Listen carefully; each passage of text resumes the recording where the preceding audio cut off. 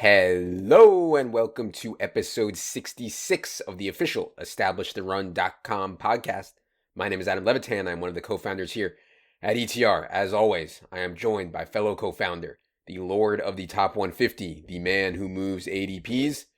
It is, of course, Evan Silva. Evan, what's going on? What's up, man? I'm doing pretty well. How about yourself?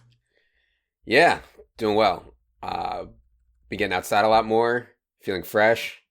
Feeling Good. good. We're actually, hopefully, we're only 2 short months away from training camp opening. Hopefully, we'll be seeing teams and getting into camps mid-July, late July. I hope that's the case. And on today's show, we're going to talk about some of the recent coach speak, some of the recent beat writer reports, a little bit on the schedule, try to figure out what's real and what we should ignore. I think it's an important exercise and also allows us to talk about just what we think generally about some of these players. Of course, what you should not ignore is that our draft kit is now live at a ridiculously cheap price, an offensive price to me of just $30 on the site. Evan's Top 150, tiers, sleepers, Dynasty Rankings. Evan just put up a pick-by-pick thought process so that a draft that he recently did. Tons of content from myself, Pat Corrine, Pat Thorman.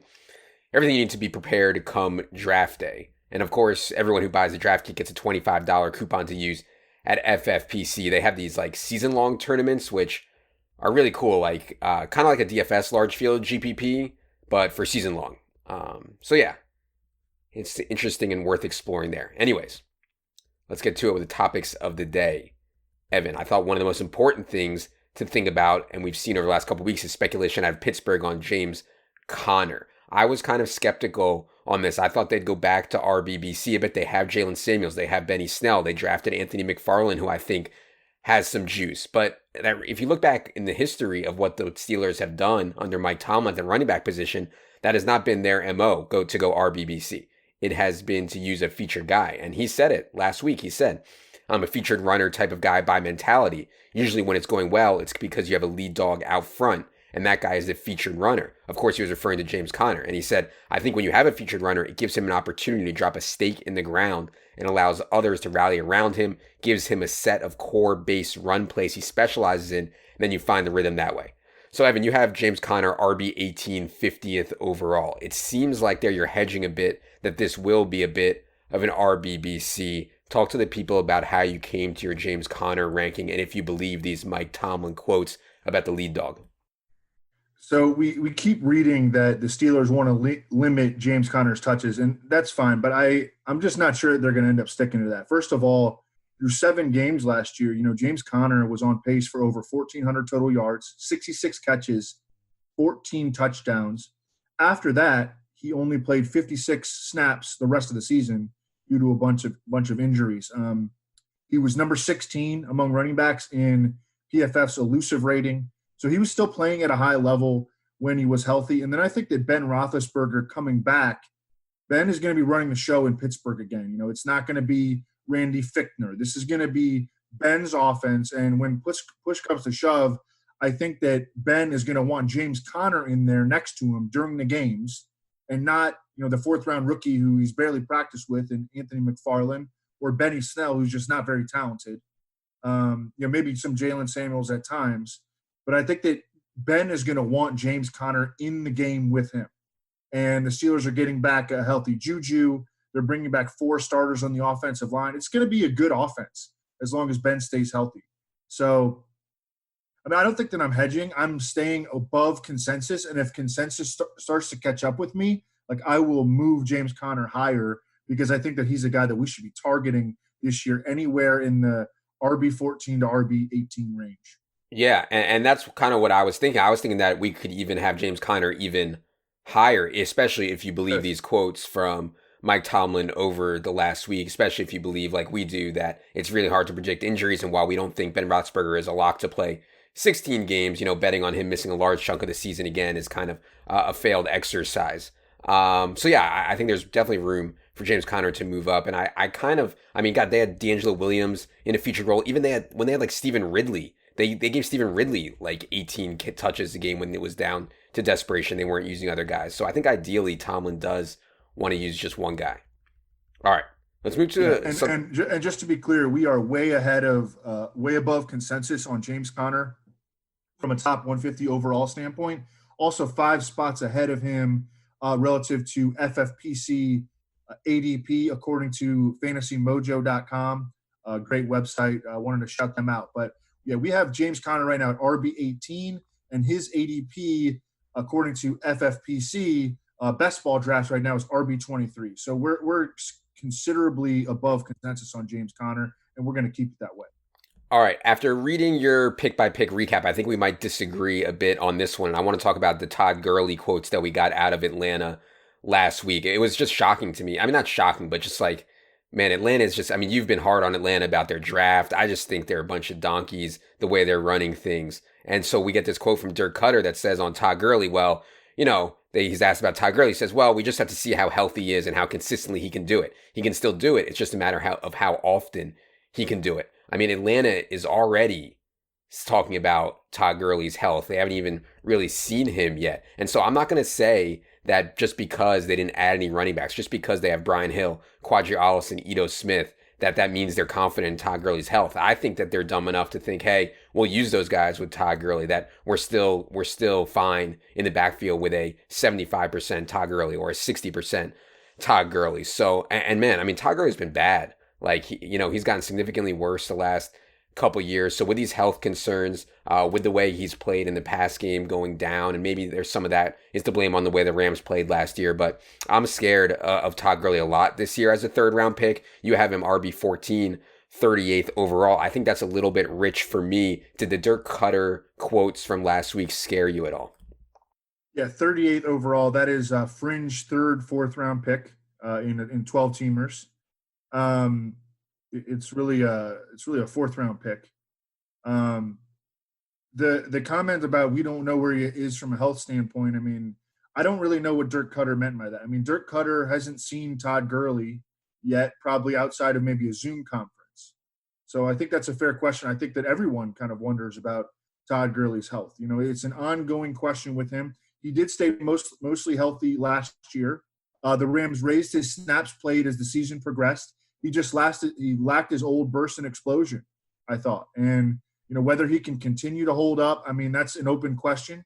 It's an open question for pretty much any running back, whether they can hold up due to the nature of the position. But Gurley is obviously at higher risk because of his arthritic knee. So what you're betting on with Todd Gurley is his situation, which looks like it's going to be very fantasy friendly in a good offense that is going to score points behind an offensive line that got banged up quite a bit last year, but looks really good on paper now. And add in the fact that Brian Hill, Ito Smith, Quadri, I mean, this is really weak competition. So Todd Gurley, in a very good environment for fantasy scoring, really isn't going to be facing a major challenge for touches. And I think that the third/fourth round kind of grade or ranking for him, I think that's the right place to put him. If he were 100% healthy and we could rely on his health and we had confidence in that, this guy would be a first or second round pick, no problem. But because he doesn't have that certainty, but he is in a great situation, then he's a third or fourth round pick. Yeah, I mean, we see guys in this situation fail, though. Like Brian Hill, I punted off a bunch of money on in DFS when he had the role, and Ito Smith hasn't been effective. And really, I know Devontae Freeman had a couple big games. He was really supported by 59 catches, I believe, last year was the way that he got there in terms of value, but he wasn't exactly knocking the cover off the ball either. So if Todd Gurley is just an average player at this point in his career, I have concerns too on top of him missing games. And obviously, in a vacuum, you're going to find better wide receiver prospects, right? You can get Tyler Lockett here. You can probably get AJ Brown, third, fourth round. You could probably get Adam Thielen at this point, third, fourth round. Of course, I would feel better about all of those guys, but then it goes a little bit back to what we talked about before with position scarcity, where right. Of course you can get a ton of wide receivers. You can also get a ton of wide receivers around 4, 5, 6 also. So the running backs are going to get boosted up in ADP just because of the scarcity of the position. So I get it on Gurley. It just scares me a lot, a lot. But it's a scary pick. If it wasn't a scary pick, he'd be going in the first round. For sure. Okay, let's move to the Jets' decision to bring in Frank Gore, a 37-year-old. Frank Gore gets a 1-year, $1 million contract. Obviously, Adam Gase knows Frank Gore. I believe they spent 2018 together, in which Frank Gore had 156 carries for Adam Gase, averaged 4.6 yards per carry. That was 2 years ago. I mean, he was 35. Now he's 37. I think the larger point here is that Adam Gase just hates Le'Veon Bell. And Manish Mehta, a friend of the show, has written plenty about how much Adam Gase didn't want Le'Veon Bell, hasn't changed his offense at all to fit Le'Veon Bell's skill set, has a poor relationship with Le'Veon Bell. And so now, they draft Michael Pirine. They have Frank Gore in the mix. And then we have major concerns about Le'Veon Bell's schedule. I mean, the Jets have one of the toughest, most brutal schedules in the entire league. You have Le'Veon Bell RB20, 54th overall. What did you think of the Jets bringing in Frank Gore? Is it a factor or not? It was interesting. Warren Sharp came out with his strength of schedule. I think that nobody does strength of schedule analysis better than Warren Sharp. He came out and showed objectively, based on projected opponent win totals via sports books, that the Jets had the third toughest schedule in the league. And I just kind of tweeted about that a little bit. And then two Jets fans who were prominent in media and known Jets fans tweeted at me, no, the Jets schedule isn't tough. I'm like, okay, objectively it is difficult. But anyways, with regard to Frank Gore, teams don't bring in Frank Gore to ride the pine and be a mentor. And, Adam Gase never wanted to sign Le'Veon Bell in the first place. As you mentioned, the New York Daily News, as you mentioned too, we did an article kind of outlining how Adam Gase just kept running the same scheme he always does in his first season with Le'Veon Bell, never tweaked it to adjust to, Bell's sort of patient, gap-based running style.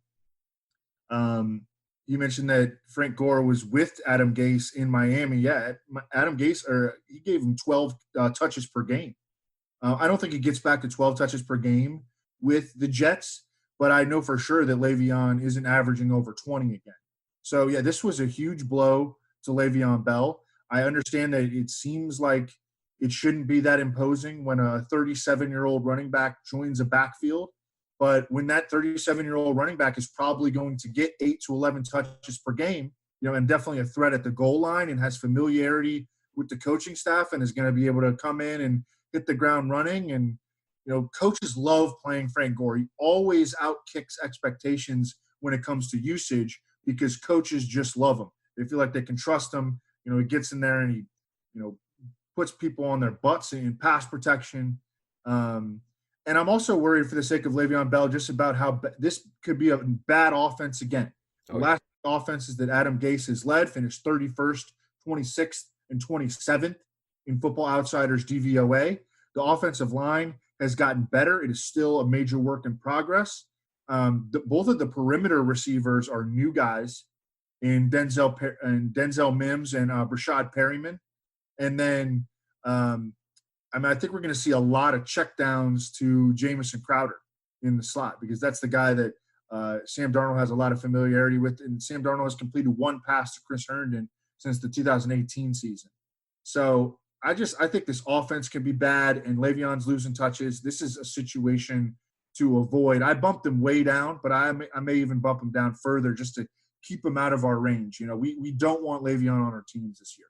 Yeah, totally agree. And I think I would prefer David Johnson to Le'Veon Bell. Right now you have Le'Veon RB20, David Johnson RB22. I prefer David Johnson. You also have Jonathan Taylor, who we'll talk about in a second, David Montgomery in that range. And then if you go down a little bit more, Mark Ingram, Uncle Len Fournette. So, I think there's room to avoid Le'Veon pretty easily when you have those other options in that range if you don't like him.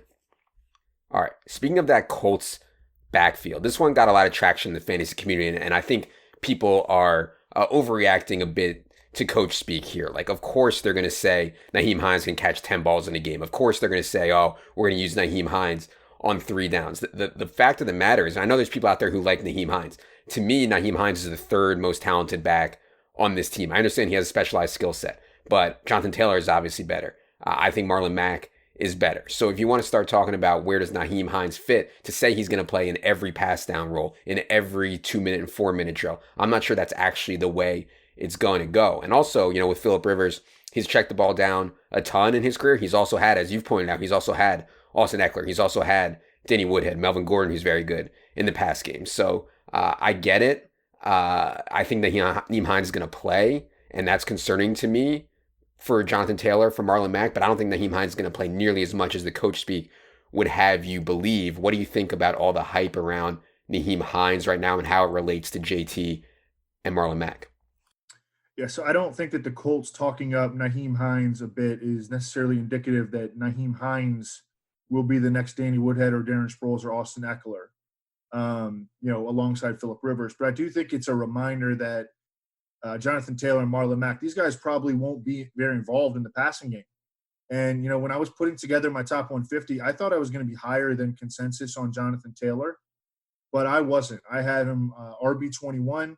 FFPC best ball ADP for Jonathan Taylor right now is RB16. That's quite aggressive for a running back that, hey, I think he's going to have some dominant moments as a runner, as a rookie. And I think that he's going to give us some spiked week potential. And he's definitely not a guy that I'm afraid to draft. But I don't think I'm going to be drafting him at RB16. I like him better where I have him, Jonathan Taylor, at RB21. Willing to take a mid-round shot on Marlon Mack, but I think that Nyheim Hines is going to be involved enough that he's going to hurt the other players in the backfield's target and reception totals enough that kind of puts a lid on their upside. Yeah. And I think in certain situations, I've talked a lot about how talent is overrated, but in certain situations like this one, I think it makes sense to say, hey, I want to bet on talent. And obviously, I think JT's talent is just so far and away above the other two guys in this backfield. So I feel good about JT winning a majority of the early down work from Marlon Mack. I feel good about him at least having a chance to take some pass down work, but it's far from a lock there. But yeah, you have JT RB21, Marlon Mack RB31, Nyheim Hines RB62, and I think a lot of people are getting too excited about Nyheim Hines. RB62 will ensure that you won't get him at all if you're using Evans tiers when you draft. Speaking of pass catching backs, this one took me a little bit off guard, and I don't think it's a big deal. Devontae Booker gets a 1-year, $1 million deal with the Raiders. Only $50K of that is guaranteed. I don't think Devontae Booker is any lock to make the team, but it's just another pass catching specialist RB that the Raiders are insistent on adding. I mean, they re-signed Jalen Richard. They drafted Lynn Bowden, who we talked about plenty in the wake of the draft, and now they bring in Devontae Booker. It's like they're so adamant that Josh Jacobs, who only averaged 2.07 targets per game last year, is going to stay there. And working on stuff for the Raiders, I think something around the 7% target share, which is really small for a workhorse running back. That's just really rough for Josh Jacobs. So I think you're lower than consensus on Josh Jacobs right now, 23rd overall, RB11. Did the Devontae Booker signing mean anything to you at all? Just serves as another reminder that Josh Jacobs' passing game outlook is like a big concern. This guy is already maybe one of the top 5 best pure ball carrying running backs in the league, but the Raiders' actions last year and the Raiders' actions this offseason strongly suggest that they want Josh Jacobs to focus on ball carrying. And other guys like Jalen Richard re-signed to a 2-year, $7 million deal. The third-round selection of Lynn Bowden, and then repeatedly calling him a running back after a lot of people thought he was going to be a receiver in the league. Those guys are going to be the passing game backs for this team. And Devontae Booker gives them some insurance. He really has not panned out as a ball carrier in the league, but he knows how to pass protect, and he's adequate in the pass catching game. And that's really the role that he played in Denver, very lightly used. But when he was in there, it was for passing downs. And I think that maybe John Gruden views that the delineation of roles backfield as a way to keep Josh Jacobs fresh for the early downs, and that's just what they see as being Josh Jacobs' strengths. Focus on the early downs. We'll give you breathers in the passing situations. That may make sense from a coaching standpoint. That is really going to hurt Josh Jacobs' fantasy value and make him very game flow dependent, and really take a lot away from both his floor and ceiling week to week. Yeah. The thing that I want to be careful about when drafting is I'm poking so many holes in running backs. The problem is we can poke a hole in almost every running back, outside of the first, 8 or 9 guys. So I want to be careful about it. But yeah, it's certainly obvious that the Raiders and the pass game with Josh Jacobs are not mixed. And there are particularly big holes to poke. And that begins with how involved the dude is going to be in the passing game. Do people play touchdown only fantasy anymore? I don't think so. People out there playing PPR and half PPR. Yeah, only the boomers are playing non PPR fantasy still. All right, let's get out of the running back position. I want to talk about a little couple schedule things, and I don't want to overrate the schedule. We don't know how good these teams are going to be. We don't know what injuries are going to happen, et cetera, et cetera. But I think it's hard not to look at Daniel Jones' schedule and at least be a little bit concerned, especially with this opening month versus Pittsburgh, at Chicago, versus San Francisco, at the Rams. And it starts to get a little easier, but not great. I mean, even if you look in the division, the Redskins front seven, man, I mean, we've laughed and mocked the Redskins a lot. This Redskins front seven has a lot of talent, and their secondary, could be a mess, but front seven is nasty. Eagles, I think, have made some good moves on defense. Giants also have to play the Bucks. I think one of the league's most underrated defenses. They play at Seattle, always a tough place to play. They play at Baltimore, an impossible place to play. So, man, Daniel Jones is like one of my favorite late round QB targets. I'm a little bit shook by the schedule, especially if you're in a one QB season long league where you have to have him for this first month. It's like, God, do I really want to play him in this first month? And then they come out and say that we're going to run Jason Garrett's offense. And God, I mean, nobody wants to be associated with Jason Garrett's offense, although Dak was the QB3 last year, QB12 in 2018, QB12 in 2017. So it's a long way of me asking you, are you scared at all? Are you shook at all by the schedule for the Giants? And what did you make of them saying they're going to run Jason Garrett's offense? I mean, this has been the concern about the Giants, and we've started to, you know, like kind of agree that we're going to be high on the Giants this year. But we've known in the back of our minds, we mentioned it, multiple times, that one of the biggest obstacles is Jason Garrett. Because we have really not seen him be and have a huge offensive role in a little while. The last time we did, he was running one of the slowest paced offenses behind one of the best offensive lines in the league, and with one of the best running backs in the league, whether it be DeMarco Murray or Ezekiel Elliott. And now he doesn't have. And look, I think the Giants' offensive line has gotten better, but I mean, to expect it to play at that kind of a level, like they could just control games with their offensive line and with their running game as a unit.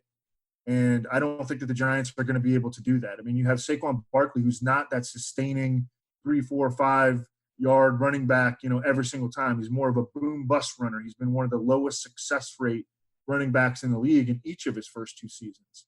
And I just that's a big concern. I think that the schedule is less of a concern.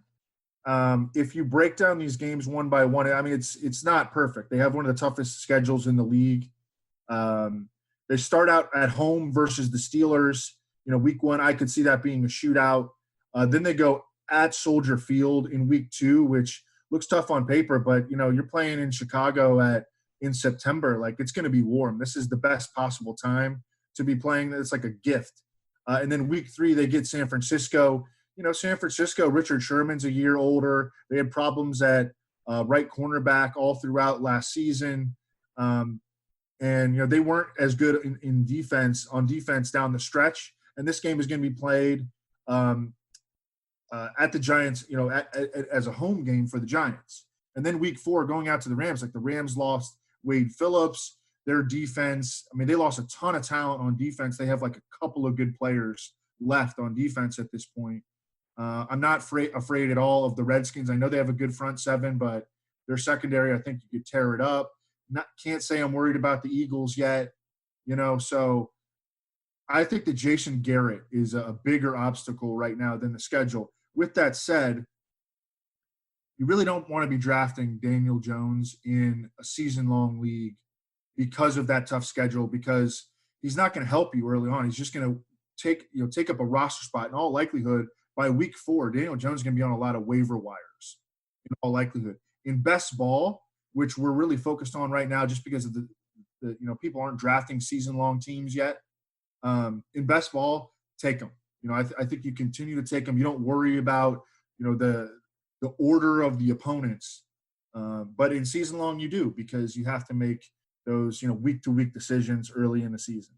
Yeah, sure. And you can read in Evan's Sneaky Stacks article. He'll talk way more about the Giants there. And also, I would note that I would encourage people, I think if you're playing season long and you want to be more hardcore, you try to get your league mates to play 2QB, to try to play Superflex. And I think it adds layer of depth. And we're going to be releasing our Superflex 2QB rankings shortly here into the draft kit. Evan currently in the top 150 has Daniel Jones QB10 between Carson Wentz and Matthew Stafford.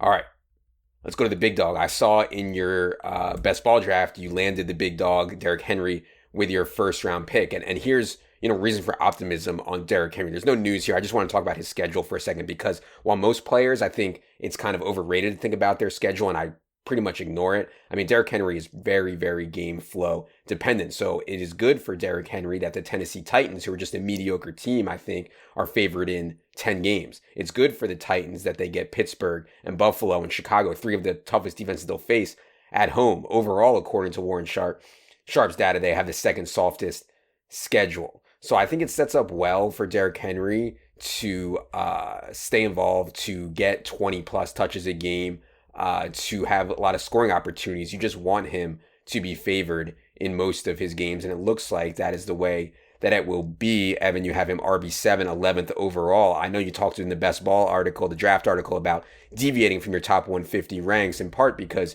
you need running backs so bad. And although we probably prefer Julio in a vacuum, Derrick Henry, once you factor in position eligibility, may be the pick over Julio. So talk to people a little bit about that and what you think of Derrick Henry's schedule. Yeah, it looks like another big year coming for the big dog.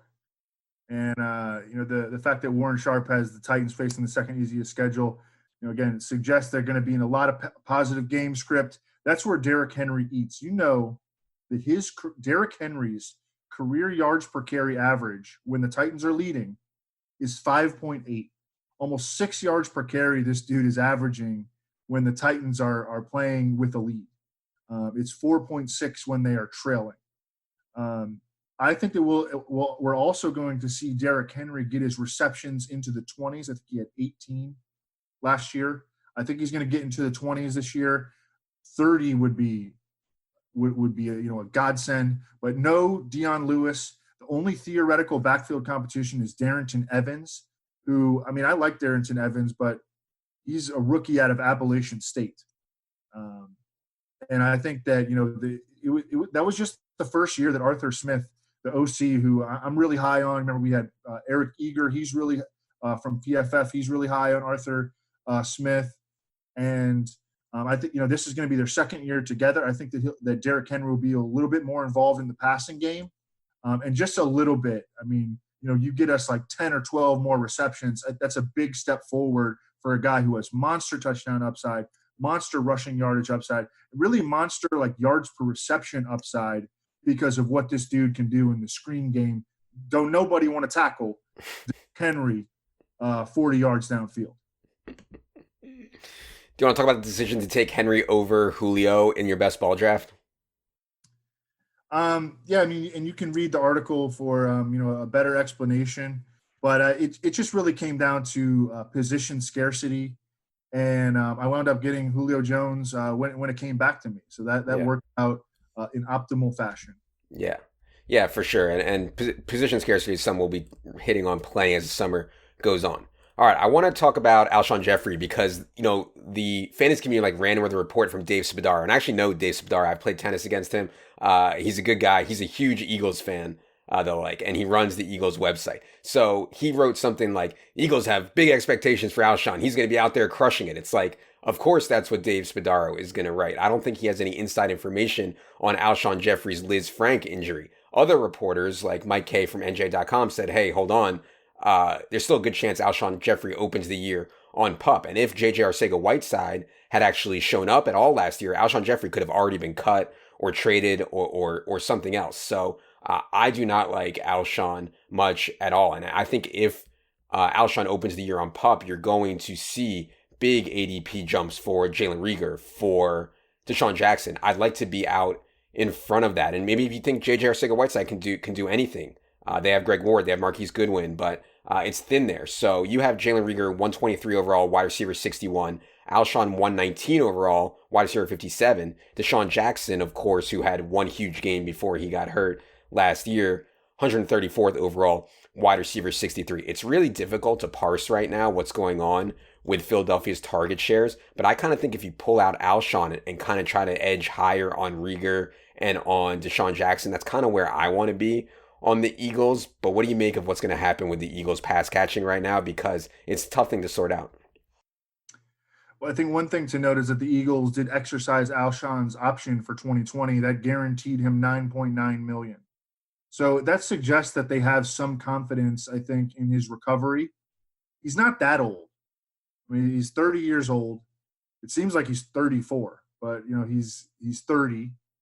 And then you mentioned the article that suggested that Alshon Jeffrey would have a really big role this year. I haven't seen any good evidence that he's going to be going on reserve PUP. Jalen Reagor is a really tough guy to rank in redraft because right now the Eagles have a ton of bodies and there isn't necessarily a clear path to opportunity for him. So I think that what he becomes is a bet on talent pick, and you're betting that his talent earns that opportunity because right now you have Jalen Reagor, who was their first round pick, Deshaun Jackson, Alshon Jeffrey, the other two rookies that they drafted in John Hightower and Quez Watkins, both burners, both pretty good prospects on day 3. They acquired Marquise Goodwin from the 49ers. J.J. Arcega-Whiteside they drafted in the second round last year. Greg Ward, who might still be their best slot option. And then they run the most 2 tight end sets in the league. So, and that means that they're going to have, a lower percentage of 3 receiver sets. They're going to have only 2 receivers on the field. So I think that Jalen Reagor probably just best profiles in his first year as an inconsistent splash play kind of guy. I do think he's a really good best ball pick. I would take him over Deshaun Jackson or Alshon Jeffrey straight up in best ball. But I think that I'll probably end up shuffling these guys a million times before we get to, early September. Yeah, and I mean, Doug Peterson said it. He said, we don't know about Jalen Reagor yet. We got to see him on grass. Seeing him on Zoom is not enough, and I'm sure they can say the same thing about Alshon's health. Let's move to another rookie, Laviska Shenault. The Jaguars came out and said, hey, of course he's going to play wide receiver for us, but he's also going to play some the move tight end spot. He's also going to play some wildcat quarterback, which I actually believe. He's actually also going to play some running back for us. The thing that scares me on this is guys pegged as gadget guys are just not that exciting for me in fantasy because people always overrate how much of an impact that's going to be in terms of fantasy scoring. Getting a few wildcat snaps a game is not going to shift enough for me. You do not have Laviska Shenault in your top 150 at all. I agree with that. What do you think his role coming out of the gate is going to be in this Jaguars offense? I have no idea. And, the uncertainty lends to him falling outside of the top 150.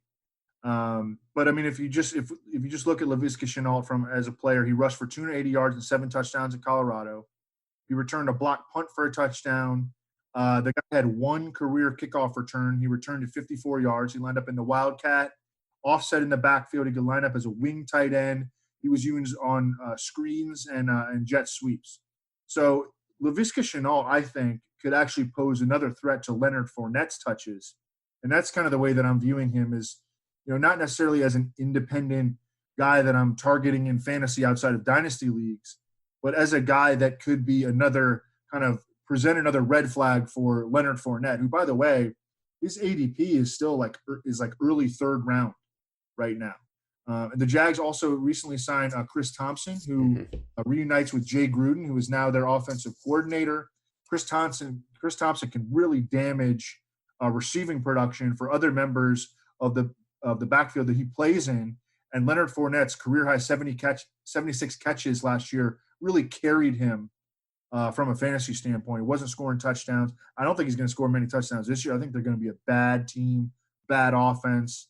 So I think that Laviska Shenault is just another reason to fade Leonard Fournette, certainly anywhere near his early 3rd round ADP. I can't believe that people are taking him up that high. I think he could still get cut. They would actually save $4.5 million that they could roll over onto next year's cap if they cut Leonard Fournette. Oh yeah, totally agree. And also I have attitude problems on Leonard Fournette. I mean, he's going to show up after being on the trade block, on the cut block all offseason. He's not going to be a happy camper, I don't think. And that's always been an issue for Leonard anyways. Okay. The Sammy Watkins article, man, I know you read it. I read it. I mean, this was one of the wildest things I've ever read. I assume you read it, right? Yes. Okay, this is by Tyler Dunn of Bleacher Report on Sammy Watkins. And, just Google Sammy Watkins Bleacher Report. It'll come up if you guys have not read it. You guys have to read this. It's tough for me to even describe what's in there. But after reading it, most people would say Sammy Watkins is like quite literally out of his mind. I'm not sure I would say that like for certain. Like he's questioning things that no one knows the answers to, right? Like what happens after we die? Like why do things happen? Like he doesn't mention the simulation theory, but it seems like he's like alluding to it a little bit. I don't know. I guess my point on football though is it's not overly surprising maybe after reading this that he's been like unreliable on the field, right? And I don't know, maybe it's too much of a stretch to make this correlation, but like, you know, I've obviously thought Sammy Watkins has been in some amazing, amazing spots, you know, during his time with the Chiefs, and he's just like not shown up at all for unknown reasons. And maybe he's just unreliable off the field, and it makes him hard to produce relative to his role on the field. And maybe I'm stretching it too much. Maybe I'm reading into it too much, but it is what it is. Sammy Watkins has not been consistently productive despite playing in one of the best offenses we've seen in the NFL in the last decade. Sammy Watkins, you have him wide receiver 55, 117 overall. Unfortunately, because Sammy Watkins is back, you have Mecole Hardman not ranked in the top 150. I don't know, man. Any takeaways from the Sammy Watkins article? And is there any upside left on Sammy? There has to be upside when you play in Kansas City. It's just hard to pay where he's going. Yeah, I think the part that stood out to me in the article was how Sammy Watkins basically admitted to like drinking his way out of Buffalo. Yeah. And how, you know, partying, he said he partied every single night. And he would, you know, and then when he started to get injured, he would be late to medical appointments. He would sometimes miss them altogether. And that contributed to the wear on his body. And that, of course, was during a time when he was battling a lot of injuries earlier in his career. And I think he's just not the same player anymore from an athletic standpoint that he was coming out of Clemson. And I think that when a lot of times when receivers' bodies start to change, you know, either they make an adjustment in their game to compensate for that, sort of like a pitcher. You know, a pitcher will lose velocity and, you know, maybe he'll come back with something better, but a receiver can compensate, become a better route runner, et cetera, et cetera. And Sammy Watkins, I think, just has not done that. And sometimes I wonder what it would be like to get a $13 million signing bonus at age 21 and how I would handle it. That's a lot of responsibility for anyone at that age, and he's still only 26. I mean, you know, I feel like I was still an idiot at 26 and would have made bad decisions with the $13 million signing bonus. Yeah. Oh, for sure. I mean, yeah, I'm not saying I blame him at all. I Right. did, and we should note he had a really good Super Bowl. I just think there's like a culmination of all this has led to him not being the athlete that he used to be. One thing they point out in the article, Tyler Dunn pointed out, was that Andy Reid loves him, and Andy Reid seems to get him, and that scares me a bit for Mecole Hardman. I noticed you didn't have Mecole in the top 150. A lot of people are excited about Mecole. There's some rumblings that their special teams coach said, hey, I don't know if I'm going to have Mecole on returns this year because his offensive role might be expanding. I don't know, though. Did you consider putting Mecole in the top 150? Yeah, I mean, he's on the fringe. There's not a clear pathway to targets right now, and I fear that what's going to happen is, you know, a lot of like what happened last year, where, you know, you can talk yourself into getting excited about him because we know he has that big playability, but the opportunity just isn't going to be there. He had some moments when Tyreek Hill was injured, but other than that, I mean, he was primarily just a return specialist who would flash his big playability every once in a while, you know, kind of get you excited and then leave you hanging because, you know, the opportunities just were not coming. And I don't think all of a sudden his opportunity is going to skyrocket. And that's a problem. For sure. Okay, let's talk about maybe one of my favorite members of last year's team preseason, one of probably the best UDFA, at least from a skill position perspective last year, and that's Preston Williams. Unfortunately, tore his ACL in November. It's hard to get a real read on his rehab, but there was a report from a pretty reliable writer, I believe it was Miami Herald, saying that the Dolphins believe he's on track for week one. They're hopeful that he'll be ready for week one. And if so, it'll be Preston Williams, Devontae Parker on the outside, Albert Wilson in the slot. I'm excited about the Dolphins offense as long as Ryan Fitzpatrick is under center. Like, I want to be above market on Preston, on Devontae, on Mike Gesicki especially. My concern is that they go to Tua at some point and they're not playing as wild of a style that they'll play under Ryan Fitzpatrick, similar to the way that the Bucs played last year with Jameis, and it just breeds these wild shootout games. I'm not sure that'll happen with Tua, but you do have Preston in the top 150 at 118 overall. We did get a reasonably positive report on his knee. General thoughts on the Dolphins' pass game, and how long do you think Tua will be staying on the sideline? I think that he's going to be on the sideline for as long as Ryan Fitzpatrick is performing at a high level, and we know that Ryan Fitzpatrick is a guy with high peaks and very, very low valleys, and at some point he's going to end up throwing the ball to the other team, and they're going to have to go to Tua. It's going to be really tough to predict when that would be. There were some medical opinions that if Tua sits out his entire first season, he would become at much less risk of that degenerative risk in his hip to fruition as being something that could threaten his career down the line. So there is some incentive there, I think, for the Dolphins to want to keep him on the bench, and especially he's probably going to be limited from a practice standpoint, and during training camp. I guess we'll find out about all that, but just specifically as it pertains to Preston Williams, yeah, I mean, he's a young guy coming off this November ACL tear. The Dolphins did not make any significant additions at the wide receiver position. I'm just going through their draft. Yeah, the only receiver that they drafted was Malcolm Perry, who was actually a running quarterback at Navy. Yeah. They did not draft, and they had a ton of draft picks, and that was the only technically receiver that they drafted. And then, yeah, they did not make any significant free agent additions. I think it's going to be Devontae Parker and Preston Williams outside, and Albert Wilson or Allen Hurns in the slot. I think that's going to be their three receiver set.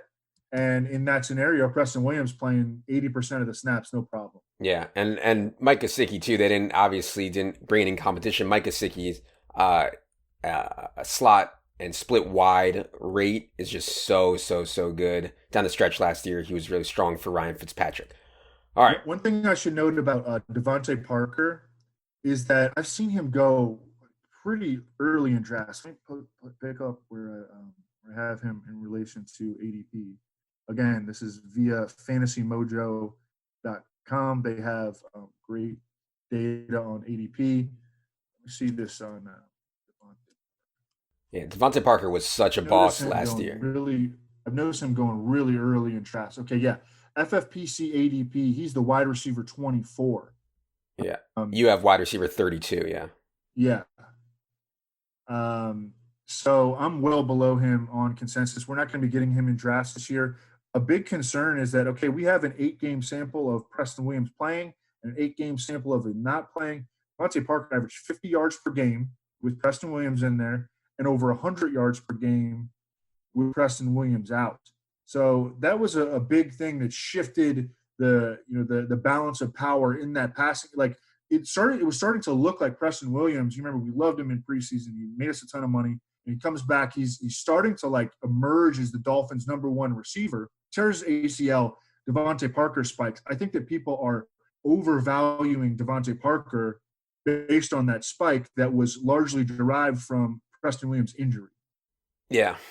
I mean, Devontae Parker, though, I think you can make a case from a raw talent perspective, fit with Ryan Fitzpatrick, is really, really good. So I have no problem with Devontae Parker. But yeah, as Evan said, he's going to be expensive, especially when you consider how many wide receivers there are available to us in those mid rounds.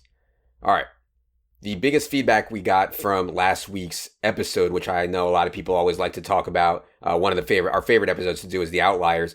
They said we didn't spend enough time explaining why Evan was way lower than market on DeAndre Hopkins. Evan has DeAndre Hopkins 21st overall, wide receiver 10, behind guys like Calvin Ridley, Adam Thielen, Juju, Amari. The consensus on DeAndre Hopkins is around wide receiver 3, wide receiver 4. So the people need to know, Evan, the rationale behind DeAndre Hopkins. I know we've talked about it some here and there, but the rationale behind DeAndre Hopkins as the wide receiver 10. Yeah, so to me, first of all, this isn't that low. And having him as a late first-round pick and a late second-round pick and a top 10 receiver, to me, that's not low. I think it's right on point for where he should be. We've talked extensively over the years, really, how wide receivers changing teams should be red flagged the first year with the new team. Odell Beckham taught that again last year. You factor in less practice time because of coronavirus, less time for Kyler Murray to build a rapport with DeAndre Hopkins. And DeAndre Hopkins' game kind of requires more timing and rhythm and chemistry than most wide receivers because of how he wins. DeAndre Hopkins wins as a back shoulder, contested catch, timing-based receiver. And, Deshaun Watson had that at Clemson with Mike Williams, who, of course, went on to the Chargers. And he had that immediately in Houston. I think that was a big part of both of their success. And I think that can take some time to develop with a new quarterback. And I think that in Arizona, DeAndre Hopkins not necessarily going to run the highest percentage routes in Cliff Kingsbury's scheme. I think that's more likely to be Christian Kirk and Larry Fitzgerald on interior routes. These target numbers that Deshaun Watson was getting in Houston were just absolutely massive, and they're going to be difficult to match in Arizona. But I think it's sort of how last year played out with Odell Beckham, and sort of DeAndre Hopkins being in the Odell Beckham role and Jarvis Landry being in the Christian Kirk role. I think that at their respective ADPs, I like Christian Kirk a lot better than I do at DeAndre Hopkins. I mean, I'm not going to treat DeAndre Hopkins as this lock. I think he's the wide receiver 3 behind Michael Thomas and Devontae Adams in ADP, and I think that's like irresponsible. Yeah. No, I like the take. And also I think there's a misconception out there that because Cliff Kingsbury runs 4 wide that they just throw the ball on every play and they're going to be among the league leaders in pass run ratio. I don't know that's going to be the case. I think they want to run the ball, and they ran it really effectively last year, as we outlined plenty. Where do you think the Cardinals will end up in terms of like neutral situation pass run ratio?